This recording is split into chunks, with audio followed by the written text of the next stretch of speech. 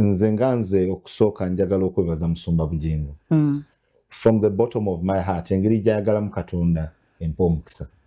Ogiraba mu bintu byakola Musumba, weebale nnyo kubanga omukululo gwolekedde omugigi guno bubaka nze bwendaba obw'amaanyi bw'otayinza kubuulira mu njiri naye gyakoma okwezaantwa n'abantu bangi nnyo abaagala Katonda bwe bati. Weebale nnyo Musumba.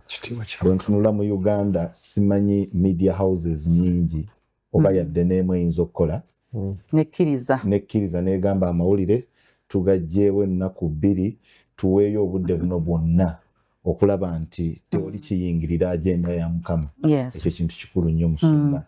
Thank you so much. On behalf of my generation. Sipulidde kimuli nannyiniyo ye Kristo Yesu.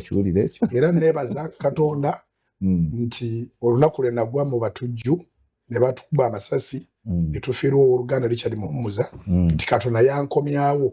Yankomyawo lwa bintu bwe biti ne bongamba nti programu zonna tuzijjewo tusebe nga twogera ku kino njagala kya Mukama affe. Hallelujah. Era bwe ndowooza bwe nti neebuuza nti singa nafa ku olusinga weebiri bino yandironza abalala babiteekawo ne interest yaabwe yandibadde ki?